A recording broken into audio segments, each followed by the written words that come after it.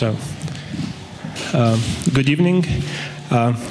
My name is Donatas Puslis, and it's my pleasure to welcome all of you here to the meeting with poet Ghayath Almadhoun. Actually, what to say? Ghayath is a poet who was born in Damascus, but now is based in Sweden. And when I thought about the introduction, I thought that first of all, probably we have to start with what is the most important, his poems. So let's say at the beginning we read as an introduction a piece of his poetry that we will feel the taste, what it is, what it looks like, because it would be strange to start to speak about the poems without firstly listening, and we will do it in two ways. Ghayath will read some excerpts in Arabic, in the original language that the poems were written, and then Marius will read excerpts in, or even full poems in Lithuanian. So. Thank you. Good evening. So I will not read the whole text in Arabic because there is no Arabic audience. So to save your time. So I read some lines and then I give the chance to the Lithuanian translation. I would like to thank the man who make the translation.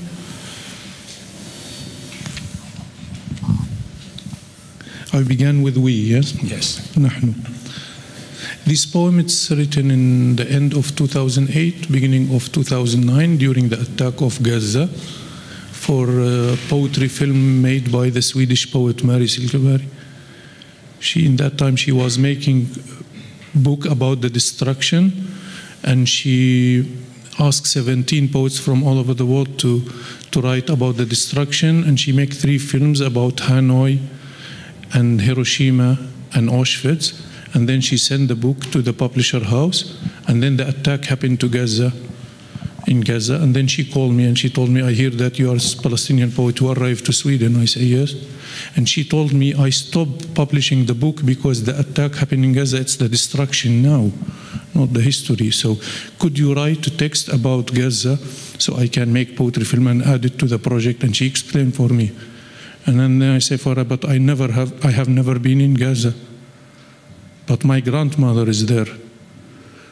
And she told me, yeah, but like you can write. And then I thought, but I don't think it's a good idea to put something about Gaza with a film about Auschwitz, because the Europeans are really fucked up in their minds and they mix all the things. And they will think this is like a very strange act. And she told me, this is not your problem. So I wrote the poem.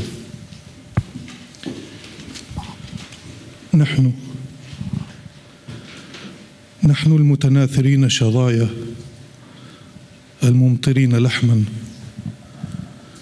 نتقدم بالاعتذار الشديد من هذا العالم المتحضر فردا فردا رجالا ونساء وأطفالا لأننا وبدون قصد منا ظهرنا في منازلهم الآمنة بلا استئذان نعتذر لانطباع أشلائنا في ذاكرتهم البيضاء كالثلج ولأننا خدشنا صورة الإنسان الطبيعي الكامل في أعينهم.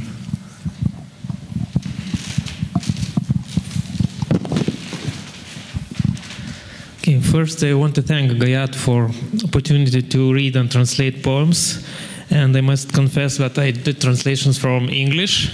It's a bit like licking honey through a glass, but what can you do? Mes išdrabstyti aplinkui gabalais, mūsų mėsa skrieja oro it lietaus lašai, mes nuoširdžiai atsiprašome visų šio civilizuoto pasaulio piliečių, vyrų, moterų ir vaikų, nes netyčia pasirodėme jų taikiuose namuose nepaprašę leidimo. Atsiprašome, nes įspaudėme savo nutrauktas kūnų dalis į jų tyrą it sniegas atmintį, nes jiems regint išniekinome įprastą vientiso žmogaus kūno atvaizdą, nes turėjome įžūlumo staiga iššokti naujienų suvestines, interneto ir spaudos puslapius nuogi, iššokome savo krauju ir apdegusiais likučiais. Mes atsiprašome visų, kurie nedrįso atvirai pažvelgti mūsų žaizdas, baimindamėsi juos apimsiančio siaubo. Atsiprašome ir nesugebėjusių baigti vakarieniauti, nes jie netikėtai per televiziją pamatė šviežius mūsų atvaizdus. Mes atsiprašome visų kentėjusių, nes pamatė mus tokius nepagražintus, nes niekas nesistengė mūsų sulipdyti į vieną, sudėlioti mūsų palaikų prieš mums pasirodant ekranuose.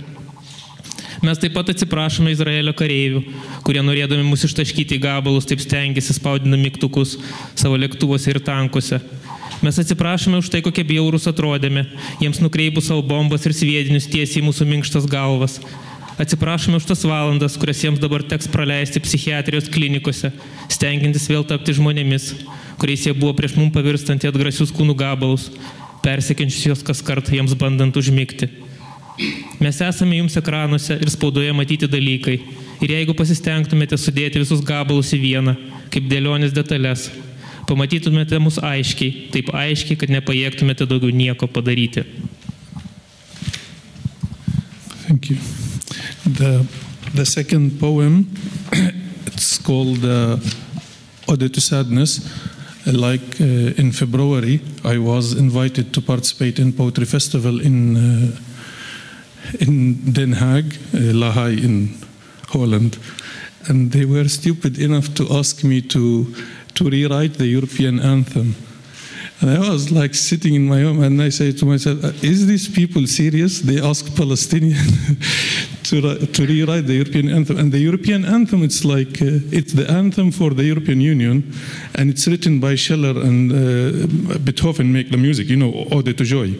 Then they choose it in the 70s or the 60s, I don't know. They choose it to be the European anthem. So I say, of course. And I wrote the poem and sent it to them, and they were so happy, of course, because they can't read Arabic. So, and then they sent it to the translator discussed with me, and then they translated to 3 languages. I don't know, you know, Holland, I think they translated to English and Dutch and maybe French, I don't remember. And then I read it, and they were shocked, and the audience, they were happy. So I will read the first part. نشيد الحزن. نحبك يا أوروبا أيتها القارة العجوز، لا أعرف لماذا يسمونك العجوز، وأنت شابة بالمقارنة مع مصر وبلاد الرافدين.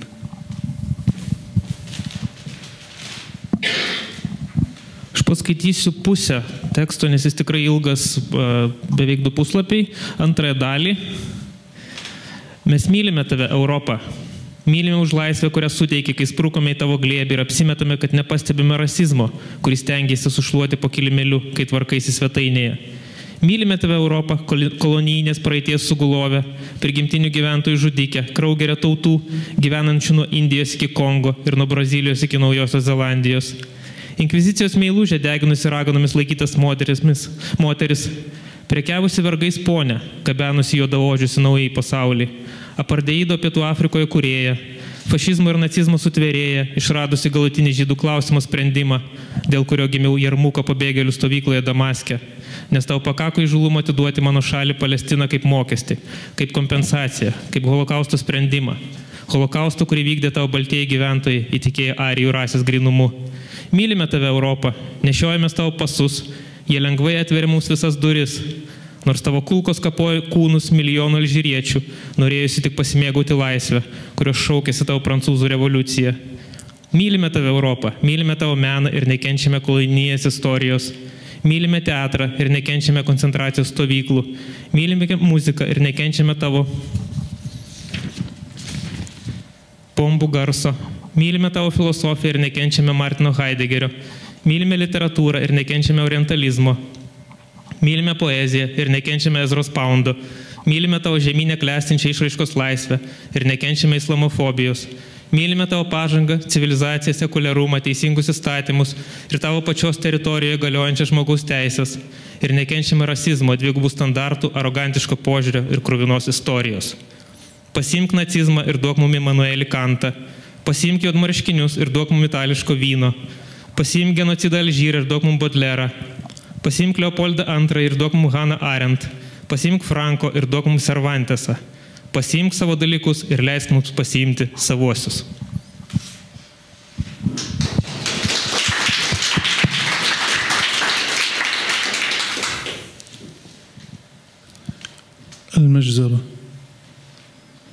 المجزرة مجاز ميت يأكل أصدقائي يأكلهم بلا ملح كانوا شعراء وأصبحوا مراسلين مع حدود كانوا متعبين وأصبحوا متعبين جدا يعبرون الجسر في الصبح خفافا ويموتون خارج التغطية إنني أراهم بالمناظير الليلية وأتتبع حرارة أجسادهم في الظلام ها هم يهربون منها إليها مستسلمين لهذا المساج الهائل.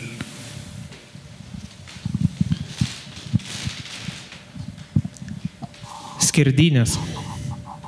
Skerdynės tai negyva metafora, ryjanti mano draugus, ėdanti jos be druskos. Jie buvo poetai, o tapo reporteriais be sienų. Jie jau buvo pavargę, o dabar pavargę mirtinai. Jie auštant perina tiltą įplaukę su kojų laivynu ir miršta ten, kur telefonas netraukia. Matau jos per naktinio matymo akinius, seku jų kūno šilumą tamsoje. Štai kurie, sprunka nuo skerdynių, net prie jų artėdami, pasiduoda tai didžiuliai klastotei. Skerdynės yra jų tikroji motina, o genocidas tik klasikinis eilėraštis parašytas intelektualių į pensiją išėjusių generolų. Genocidas mano draugams netinka, nes tai organizuotas kolektyvinis veiksmas, o organizuoti kolektyviniai veiksmai jums primena kairiuosius, kurie jos pavedė. Skerdynės pakirsta anksti, išmaudo mano draugų šaltame vandenyje ir kraujyje, išskalbė jų apatinius, patiekia jiems arbatos ir duonos, o tada pamoko jos medžioklės. Skerdynės užjaučia mano draugus labiau nei universali žmogaus teisių deklaracija. Skerdynės atvėrė jiems duris, kai kitos duris buvo užtrenktos ir šaukė jos vardais, kai žiniose buvo pranešami tik skaičiai. Skerdynės vienintelė suteiks jiems prieglobstį ir nežiūrės jų kilmę, jiems nerūpi jų ekonominė padėtis. Skerdynėms nusispjauta ar jie intelektualai ir poetai. Skerdynės žvelgia viską nešališkai. Skerdynių ir mano mirusių draugų veido bruožai tie patys. Skerdynių vardai, jų našlių vardai. Apsimetusios jais skerdynės slenka per kraštą per priemiesčius. Apsimetusios jais pasirodo karščiausiose žiniose. Skerdynės panašios į mano draugus, bet visada lenkia juos. Pirmos atvyksta į atokius kaimelius ir mokyklas. Skerdynės tai negyva metafora, išnyranti iš televizijos ir ryjanti mano draugus, nė nepasūdžiusi.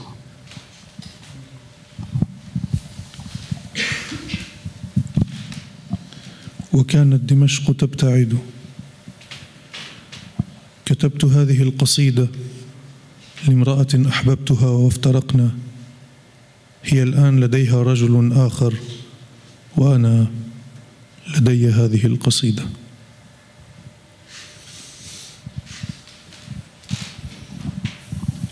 Damaskas tolo nuo manęs.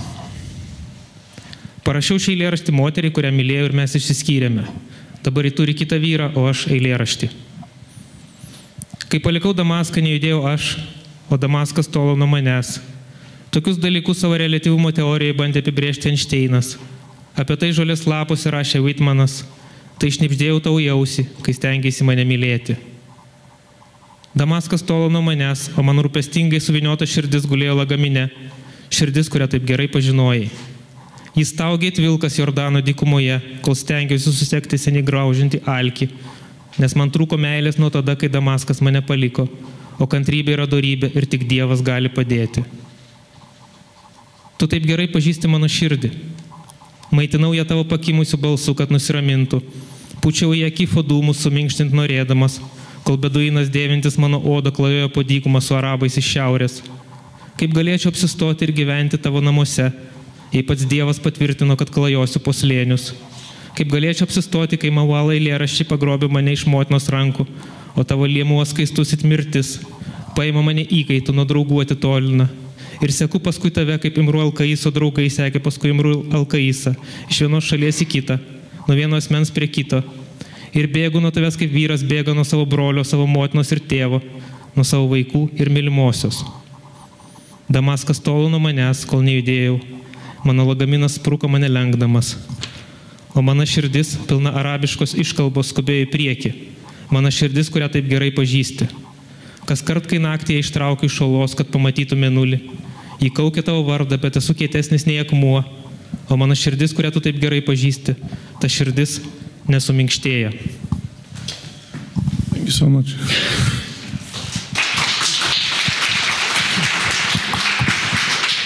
Thank you, Marius. And now, after we got a taste of the poetry, we can start our conversation. Actually, I would encourage you also to join us in any time, so just please raise your hands. But I will start with the biographical question, because you are a Palestinian who was born in Syria. Now you live in Sweden, and actually I'm very interested in how do those different parts of identities coexist in you. And I'm asking this also because in one of the interviews that you gave, you said that now in Stockholm you have your house, but you're not your home. And what is home? And actually I was also referring to the poetry of Zbigniew Herbert, of a Polish poet, while reading your poetry, and he writes in his report from the besieged city, and if the city falls, but a single man escapes, he will carry the city within himself. On the roads of exile, he will be the city. Do you recognize something similar inside you, like, because like maybe Damascus or Palestine is still the thing that you carry, and that's what preventing you from, like, I don't know, rooting in another place? And yes, I am a Palestinian, born in a Palestinian refugee camp in Damascus for a Palestinian father from Ashkelon, and a Syrian mother from Daraa. And I live now in Sweden because I believe that no one should live under the dictatorship. So in 2008 I got the chance to leave Syria and I escaped. 7 of my friends were arrested in that time. And like it's not complicated. It didn't function to be on a dictatorship. Like it could be complicated for many people, but for a writer, it's like it didn't work at all, because writing it's connected to freedom of speech and like this. So it was more complicated than usual. So, and I was paperless because I'm from a group of Palestinians who didn't have paper because they came to Syria in 1967, not 1948 after Nakba. And it's a very long question. I don't want you to enter it because it's long, but we have no paper like the Palestinians who live in Syria who came in 1948 after the Nakba. We came after the occupation of Gaza and West Bank. So in the moment I got paper, I ran away. I was invited to Sweden and I stayed, and I was honest with the festival. I told them if I came to Sweden to the festival, I will stay. And they answered me in very Swedish, perfect way. They told me, we invite you to the festival. What will happen after the festival, it's your life. You can stay, you could leave, what you want. So, and this is rarely happen in the Western world. So yes, in that sense, I run away. But when I say that in Stockholm, it's my house, but it's not my home, this has happened later. Before the Syrian revolution, I began to relate it to Stockholm. And I began to build my life that this is my place. Because always in my the back of my head and of my life, that there is a place called Damascus. I will go there when I am tired and when the things will stop function, because the Western world is really different than the environment I came from. So I always feel relaxed when I remember that Damascus is in waiting somehow for the return. In the moment we make the Syrian revolution and we defeat it now, and when I saw, because I'm left, and I saw all the left in the world supporting the Syrian dictatorship, and I lost 300 of my friends, real number, my brother, my 2 uncles, and all these people. And we lost around 2 million got killed by Assad. And everywhere I go, the people ask me about ISIS. And I always try to say for them, ISIS came 3.5 years after Assad began to bomb Syria, and they killed 2,600 killed by ISIS during the report, but Assad killed 2 million. We reported 650,000, and I couldn't even add my brother to the report because we couldn't find his body. So who remained with the 1 million who we didn't add them. So I got very disappointed from the world, and I began to travel like hell without arriving. And as we say in English, I am on the road to push the problem forward. And in that moment, Stockholm began to escape from my hand as the water escaped from the fingers. And I lost Stockholm because Damascus is gone. And there will no be return for me. The paradise in my mind disappeared. So the fact it became shaking like earthquake. So I began to travel, and Stockholm became only house for me where I can throw my summer clothes, take winter clothes, and travel again. All the way like this. And it's make me so tired physically, but it's make me survive in a mental way. And I think many of the Western, they did that after the Second War, that they tried to escape the war because it's really not fun, like didn't work that you can face it face to face. But the difference is if, and I like this poem that you mentioned, it's really, this part is really real, pure poetry. Yes, if I carry Damascus in me, I remember in 2009 I wrote a poem where I say, I described that I wrote about Stockholm, and I was very aggressive that time towards Stockholm. I was describing Stockholm as the telephone in the street that didn't speak with you if you didn't put money on it. It's really like a kind of capitalism I'm not used to like.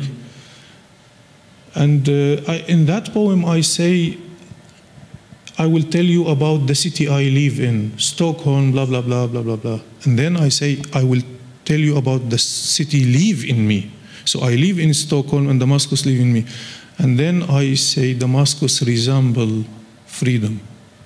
It's a dictatorship, of course, but it's really resemble freedom. And this is 2009, 2 years before the revolution. So it's really complicated. But the dimension for me is not important. I really believe in the cosmopolitan in a way, and multicultural and diverse. I feel sad for racist people, and that the one who have one dimension. So I didn't believe in countries. I love cities. Nationalities didn't mean anything for me. I love Berlin, New York, Istanbul, Damascus. Yeah, cities is more important. And because that, I think I want to add this. I noticed that in the passports, they ask you, when I got the Swedish passport, they told me, you have two choices. Either we write Sirija or not. But the city, it must be. And then I was fascinated by this. I told him why. He said, I don't know.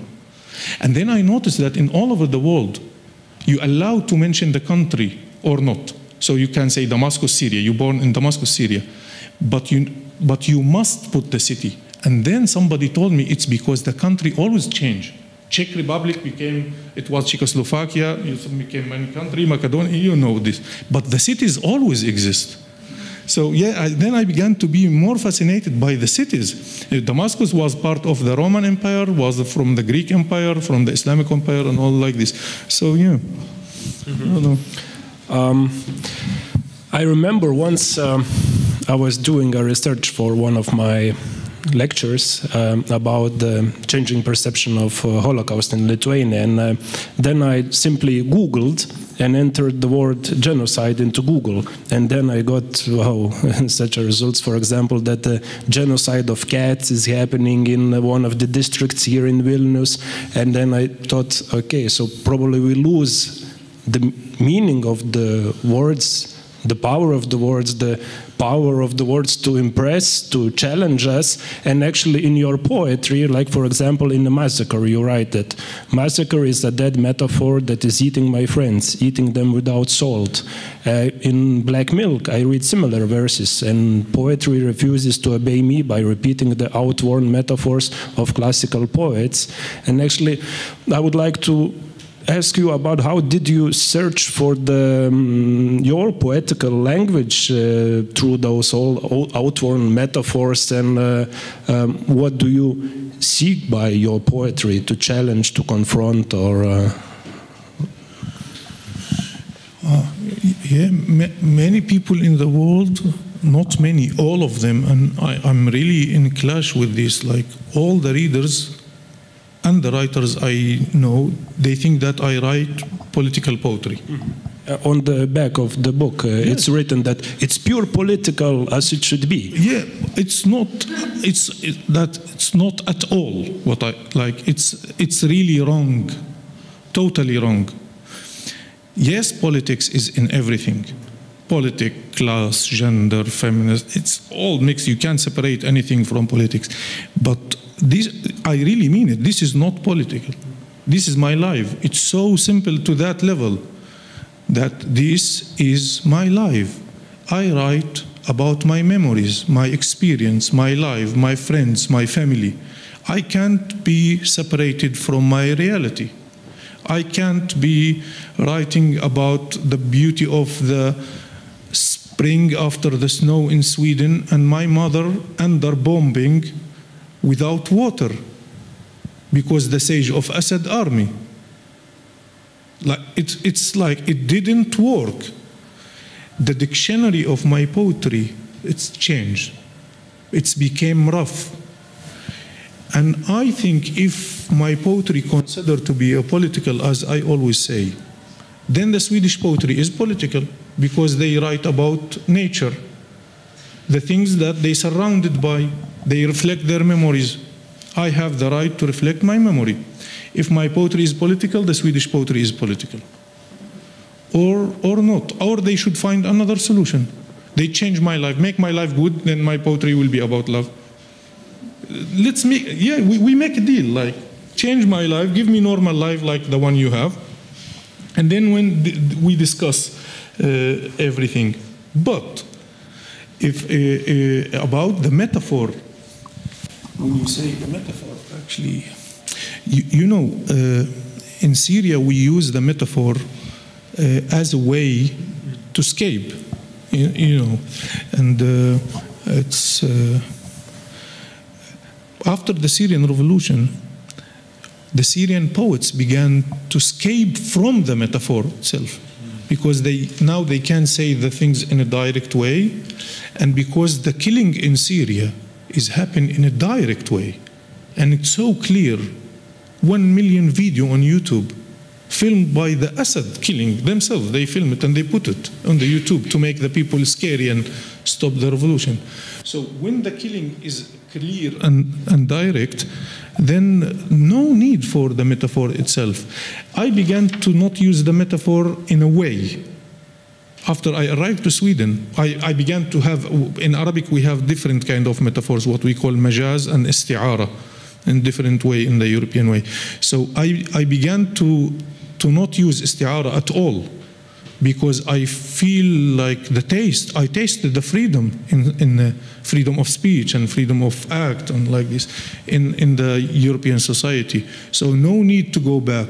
But the word metaphor, it's different than the metaphor itself.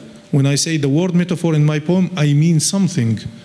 When I say dead metaphor, it is in every language we have this what we call dead metaphor.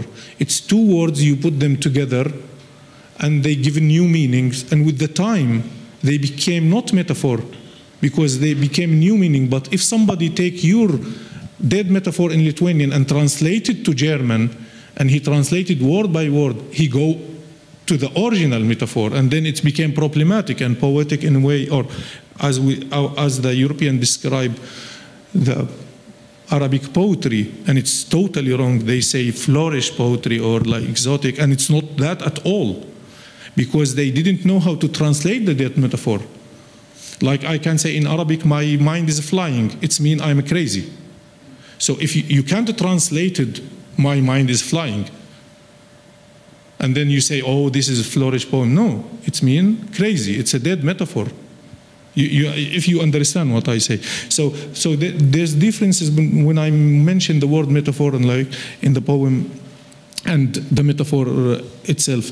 And about how the poetry, if I feel that if the poem itself or the word itself could have effect, yeah, I discussed this once. And I think, no, poetry didn't, not able to change the world, not at all.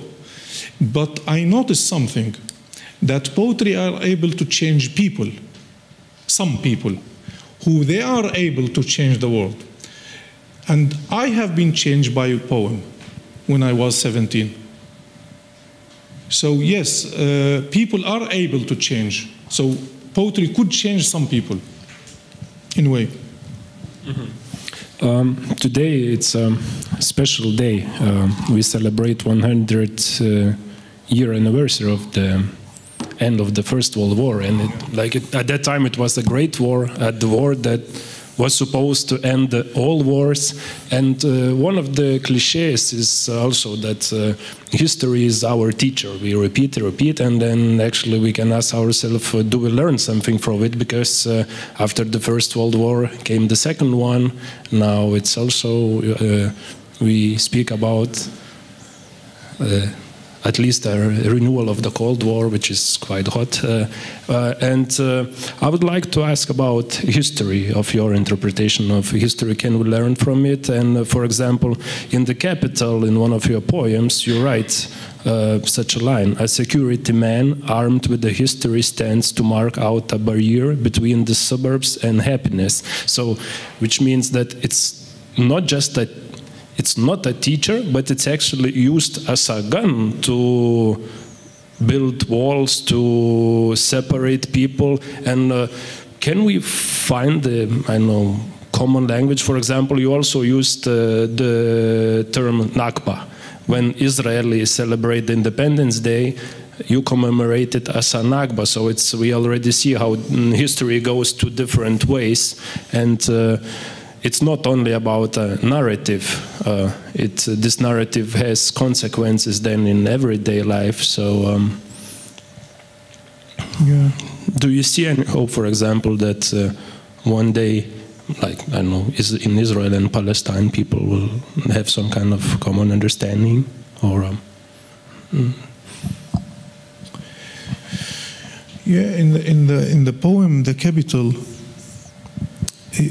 it's have a really strange story, because I went to Antwerp and stayed 1 month in Belgium to write about the blood diamond, and they bring it from Congo and Sierra Leone to Antwerp, and they cut it there, and they make it white. They wash it, so it became legal, and then they send it to Tel Aviv and like this. And this, they call it a blood diamond. I think some of you, or maybe all of you, know about it, supporting the civil wars in Europe and Africa and like this. So I was fascinated by this. I decided to go to Antwerp and stay 1 month.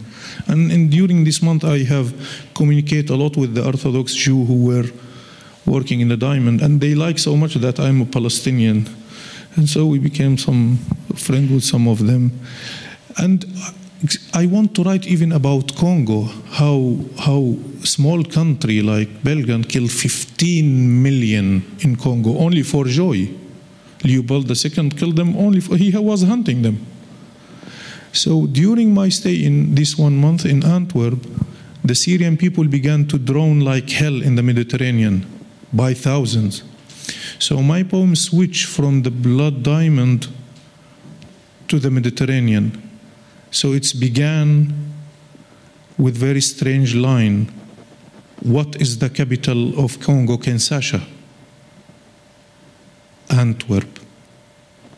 And it's end with the Syrian drawing in the line.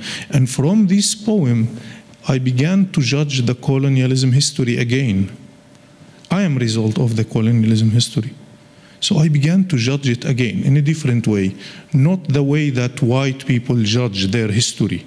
That is bullshit, because they are the occupier. and the history written by the strong. No. To judge the history from the people who paid for that colonialism history. So I began to think about it, and I find some things, like, for example, that I am really admire the European civilization, and I really in love with it. I came from one of the greatest civilizations in the world, the Arabic. It was the longest period in history, 1,000 years, for the biggest empire in history, from Spain to China. Yes, the Mongolian is bigger, but they didn't count it because it came fast and disappeared fast without making change. So I came from the empire where written 1 million book, and we were leading the whole world, double size the Roman, for double time. But I noticed that all civilization built the world in this way, while the Western civilization built it on this way. So the world, what we know now, it's built by the Western. The way we behave and act and eat and dress, even the asphalt in the street, it is Western. In this way, I'm fascinated by this literature, history, symphony, philosophy. I'm part of that. I find myself part of that. But to have this, to have warm water when you open your tub to take shower in Stockholm, you know that you got this hot water because somebody having cold water now. Belgium is very poor country, and now it's very rich country. So I began to think again and again and again about this. And I arrived to that if we didn't discuss the things in a clear way, we will arrive to the result Edward Said say in the Orientalism. The things, it will not work. So I began to not provoke, but say the things, give the things its name. Many people didn't like what I say. It's okay, but because I touch, as we say, I touch the wound, and I noticed something very important about the center, that because of this civilization, we became so centered to ourselves in the West. Like now I'm trying to look to you, and I really can't see you because the light. I really do. I try to focus all my life, all the time now to see the faces, but I can't. This is exactly the situation in Europe. We are under the very strong light of civilization from our knowledge and our literature and our everything. So it makes us hard to see outside, to see the outsider. Even if we look from the window, we can't see. So this civilization makes us center to ourselves. And I remember when I was reading about Scandinavia, after I went to Sweden, I find that the oldest document written about Sweden or in Scandinavia, it was Arabic document, written 1,100 years ago by ambassador. In that time, the king in Baghdad sent ambassador to all over the world. One of them arrived to the north.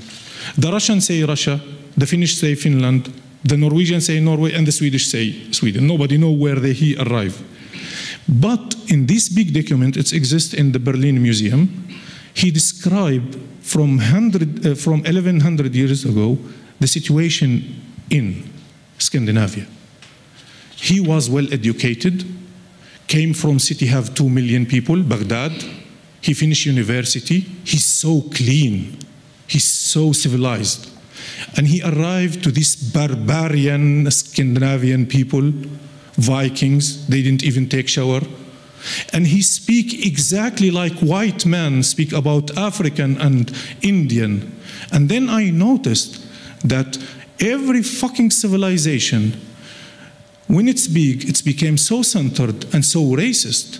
So this Arabic man speaking in very imperialism way about these people because he was well educated. And in that moment, I began to less blame the European civilization, because I understand that this is part of the empire.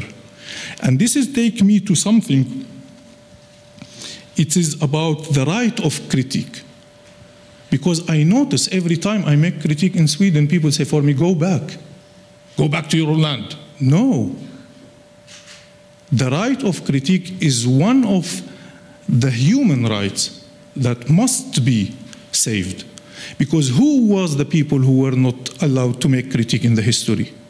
The slaves, women under the patriarchy, Jewish under the Nazi occupation, Arabs in I don't know where. So people who are under occupation or under like class situation in India or I don't know where. So I feel that the right of critique, it should be even over anything. And that I began to, by finding the political things in the life and make it poetic things in my poetry, to make the history a poetic, to make the massacre poetic, and in a way to add the criticize, so you can say the truth to the power. And from there, I began to think about myself. Why I born in a Palestinian refugee camp in Damascus? Because the Europeans were racist, and they were anti-Semitic, and they killed the Jewish. It began from Fernando and Isabella in Spain, ending with the final solution. And instead of they pay for their fault, we, the Palestinian, we pay our land as the solution for the fucking European racism. And we pay for what the Nazi did. And because that, I find myself in a refugee camp without country. And by this way, if somebody say for me, go back, what I should say for him? I say for him, go back to where? To the country I lost because your grandfather was Nazi? What is the answer? Go back to your homeland. Where is my homeland? So all these things began me to think that, yeah, everything they say, it's something, and reality is something else. We are the only nation in the world still paying for what the Nazi did, because the Europeans solved their problem. There is only one nation still did pay off the Third Reich, is the Palestinian. 13 million refugees. So by this way, I felt that I will be very separated from my reality if I didn't discuss the things I believe in. And from that moment, I began to not say that what I write is politics. Actually, it is the life, if you understand what I say. So in this case, to be apolitical would mean to stay silent at all, not to speak, not to write, not to do anything, because everything can be interpreted as politics. And this beauty poetry, as you mentioned, it's also politics, not to speak about other things. And now I turn my head to you, so maybe you have some questions and want to enter into our discussion.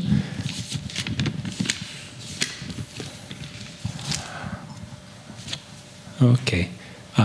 I see. I will just bring my microphone. Thank you for the powerful things that you said. I was just wondering, you were talking about Swedish poetry a minute ago and about what you write and the language you write it in. I was wondering about your reading. In terms of languages and in terms of subject matter, what do you read and how do you source your reading, and what languages do you read in? Oh, thank you. And how that has changed in time. Oh, thank you. No, I read in Arabic. I'm lucky enough to be born in this big language. So if the book were not translated in Morocco, somebody would translate it in Egypt, if not in Dubai, if not in Syria. So like 475 million, 22 countries. Mostly the books translated. If they didn't translate it, I read it in English. But no, I read in Arabic, and it's sometimes you got many translations, so you could choose even. So if I want to read, for example, the classic things like Kafka, it's translated in Mauritania, Morocco, Tunisia, Algeria, Libya, Egypt, Syria, Lebanon, Palestine, Jordan, Saudi Arabia, Kuwait, Bahrain, United Arab Emirates, Yemen, Qatar. It's translated all this, and several times. So you should. Sometimes it's so difficult. Really, it's annoying. And there is a lot of discussion. The translation of Ahmad is better than the in 1967, better than the translation of Ali in Morocco, and like this. So it's really more complicated. So I know I read in Arabic, but sometimes in English, not in Swedish. My Swedish is not so good because I didn't even go there. And I didn't read from 1 year. But it's a decision. I decided to stop reading for 1 year and do something else. Like Helen today, she mentioned that if you didn't read something good, it's better to do something else. So I'm doing something else now. I don't want to mention what is it. But actually last week I began to read again. But I stopped 1 year. I really tried to find another way of writing. And you know, it's very complicated between reading and writing. And yes, of course I did read in this year. I was smuggling some stuff, some books. But I mean, like, the habit was totally different. So I didn't have this 4 or 5 hours reading every day. I began to read in the time I have time. But now I went back, and that was because I felt that I need to take rest, to change my dictionary and to begin to be different. Because in every book I write, I try to be different than the book before. Do you have more questions? Actually, yeah, what I was interesting for when we spoke before our meeting and while drinking coffee, we started like with at least I started with some kind of pessimistic notes about what's happening in the world, like so many people killed, so many people turned into refugees without their homeland, so many people drowned on the way to Europe, or even if they reached Europe and turned in the camps, refugee camps, waiting for the papers and so on. But you said that you have hope, that you are optimistic. So, like, I wonder where do you take this optimism from? How do you manage not to lose hope and like view on the future? Yeah, it's so related to Berlin. In this city, I'm fascinated by this city. It's have a wall, and this wall disappear. So 2 centers open to each other. This city, it's give me 3 things. I always think about them. The first is the hope that we can rebuild Damascus, for example. Because every time I saw Damascus and the destruction in Syria, I look to Berlin, my favorite city now, and it's really functioning well. 70 years ago was totally destroyed. So I say, okay, we can rebuild Damascus. The second, it is because it's history. I lost my land because the Reich, the Third Reich, the Nazi, it was in this city. And you know, this is what we call it the paradox. The things you hate, the things you love. And for me, love and hate, they came from the same thing. And the third, it is because the future I'm longing to is the cosmopolitan, multicultural, diverse societies. And here, where you can find the only example in the world, I think it's Berlin. So from these things, when I see a city like Berlin, I got to have a hope. But in the same time, it's dangerous. Because Berlin now, it's so similar to Berlin 1920s. When in the 20s, Berlin was the most cosmopolitan city in the world. And we all know what happened 13 years after that. So, and actually, I didn't see differences between the Nazi and the new Nazi. Like, both of them anti-Semitic, because we are Samic in a way. But like the Samic people, 1% of them are Jewish, 13 million. And 97 or 98% are Arabs, 500 million. So you can count them yourself. And this is the Samic people who came from Abraham. So yes, they took the Jewish away. They didn't want to be anti-Jewish because they can go to prison. But there it's okay to be anti-Arabs. It's a Samic people in a way. So I don't think they've even changed their way of behaving. I met a lot of the people who voted for Sverigedemokrat in Sweden. And like you say, for them, but this is a racist party. No, it's not. It's only anti-Islam. I told them, but this is exactly what the Nazis were saying. We are not racist, or we are only anti-Jewish. Like, so it's like, yes, I have hope, but I have all the other things. Like, this is the normal life, to have the paradox of both. But okay, I'm not optimistic anymore. I really don't know. I don't know. I live in a country totally destroyed and the dictatorship win. So I don't know why I should be optimistic. I'm normal. Yeah. There's no normal. The other thing that I was interesting for, it's if it could be described, competitive victimhood. Like, for a long time I thought, okay, like, for example, my grandparents were political prisoners in Siberia, so, and that the pain, let's say, of my family will help me to understand the pain, for example, of the local Jews who suffered under Holocaust in ghettos and so on. But sometimes we turn into totally opposite situation when, like, I speak and I scream about my pain, but please stay silent about your pain, because I feel that somehow it will overshadow mine and so on. We can really feel this situation here. And for example, also when I went to Israel last year to interview Amos Oz, Israeli writer, he partly answered my question. I asked him the same, and he said, look, sometimes victims can be even harsher on the other victims.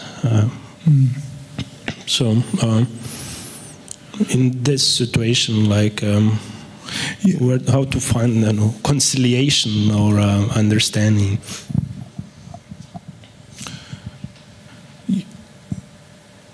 First, I'm not victim, and I don't want to be a victim. Yeah, this is very important for me. But I noticed many things after, for example, what Europeans call the refugee crisis. I don't know why they call it crisis, actually.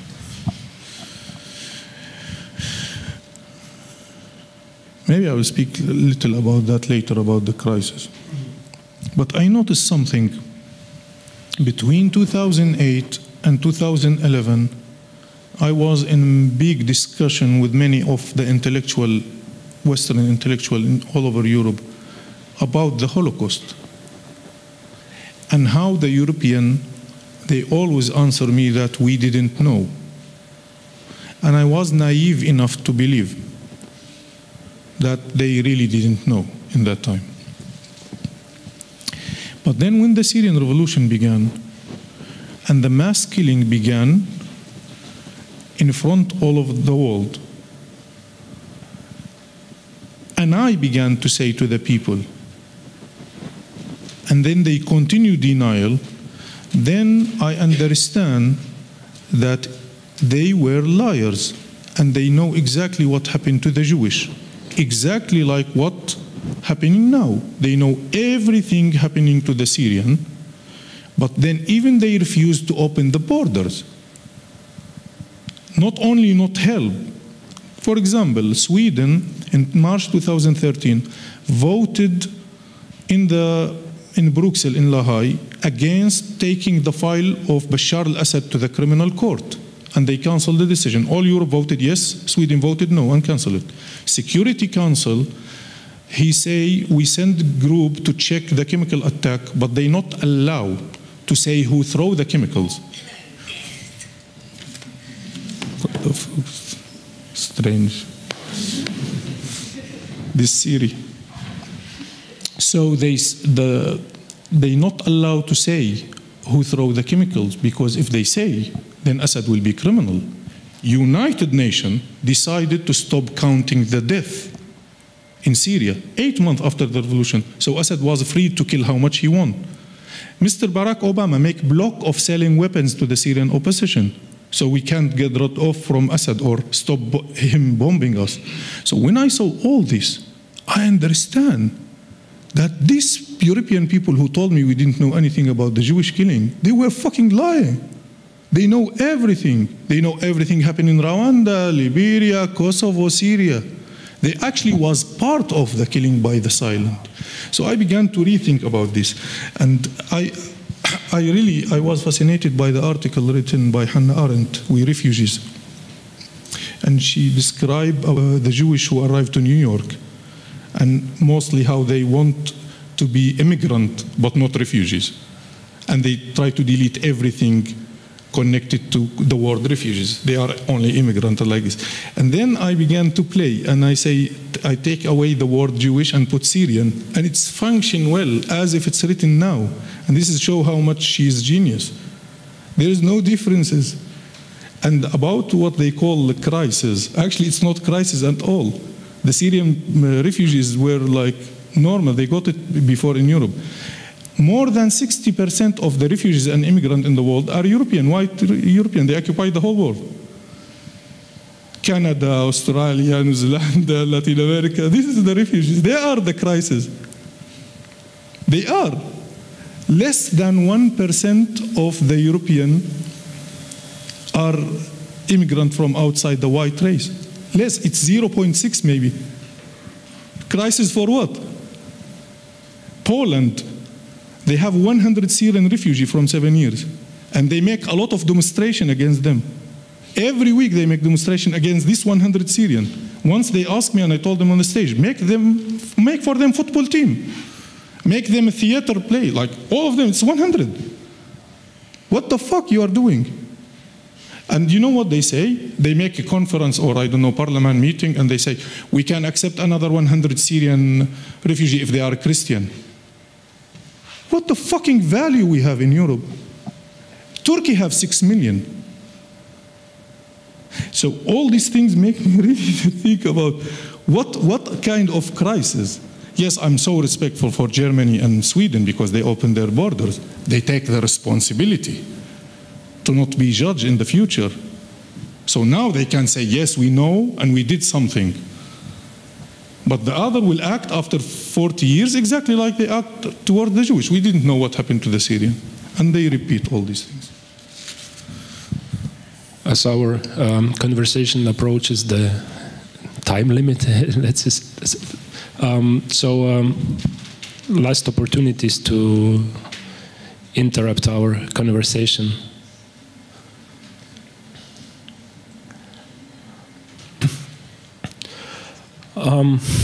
Then I would like to ask you to comment on one of the sentences that I found in your poem called Details, and you write, the problem with war is not those who die, but those who remain alive after the war.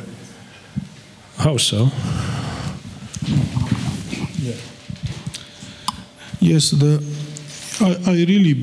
I really think that the main problem with war is not the people who died, but the people who remain alive after war. This is a little private, but I will say it. I have 2 brothers. One of them, he took the trip to Europe. It took 8 months. the sea and walking and like this, until he arrived to me in Sweden, Mihyar. And Ghassan got killed by Assad bombing, and we didn't find his body. And when I meet the people, they told me, oh, but it's okay, at least Mihyar, he survived. And then I began to think about the thing again. Is really he survived? Who is the survivor? Mihyar, who arrived to me, to Sweden, after he was 5 years under bombing and all his friends got killed in his hand. Or Ghassan is the survivor who died and got rid of this fucking life. And it seriously began to be inside me. Who is the survivor? What do you mean that he survived? He didn't survive. He escaped the war. He had post-trauma, panic attacks, like nightmares. He lost all his friends. He's in a place he didn't want to be in. Darkness and cold and like this. He was like jumping like a rabbit and like free man in Damascus. What the fuck he survived? He didn't. It's really the question, like the war is really like, I don't know how to describe it for you. I didn't see it. But yes, and actually I began to write something, a discussion about even everything we call survivor. We should think about this world. What is survivor? Holocaust survivor. Who told you that he survived? He didn't survive. He didn't die in Auschwitz, but he didn't survive. So it's the world, it's really, yeah, good that I put it in the poem. The problem is the people who remain alive after the war. It's really problematic. And it is exactly like the Polish poet when he described it, that you will carry the city. You will carry the city with everything you saw in it. You understand? You saw the city in the last time before its fall down. So it's the hell. And you know, he said that the graves in crisis and the people is less. You know. So, do I see any hands? If no, so I would like to thank you, Ghayath, for this conversation. I think it was very important, and maybe it can be also one of the last question. But when I thought why it is very important, it's also because we have to reflect on ourselves a lot. And when I made some kind of introductions or preparations for this discussion, I was given even the idea by one of the articles that 2 days ago I found on our in our media, and it was an article about the research that the Lithuanian Social Research Center did. And the people were asked in a sociological survey, like, who are the groups that Lithuanians wouldn't like to work with, to live as neighbors together, or rent a flat together. And yeah, the results were quite obvious. We can say, you know, that like, yeah, now today we spoke about Poland, that we spoke about Hungary, and they have problems, but you know, they have problems, not we. But what we see among those 5 groups, that many people wouldn't like to have anything in common. We see, of course, Roma people, we see LGBT people, we see Muslims, we see immigrants, and we see people who have mental health problems. So I think that's this article also gives a lot of, and this survey itself, a lot of things to reflect about the state of our society, about the attitudes that we held towards the others. And thank you a lot for this conversation and your insights and your poetry also. Thank you so much. Thank you.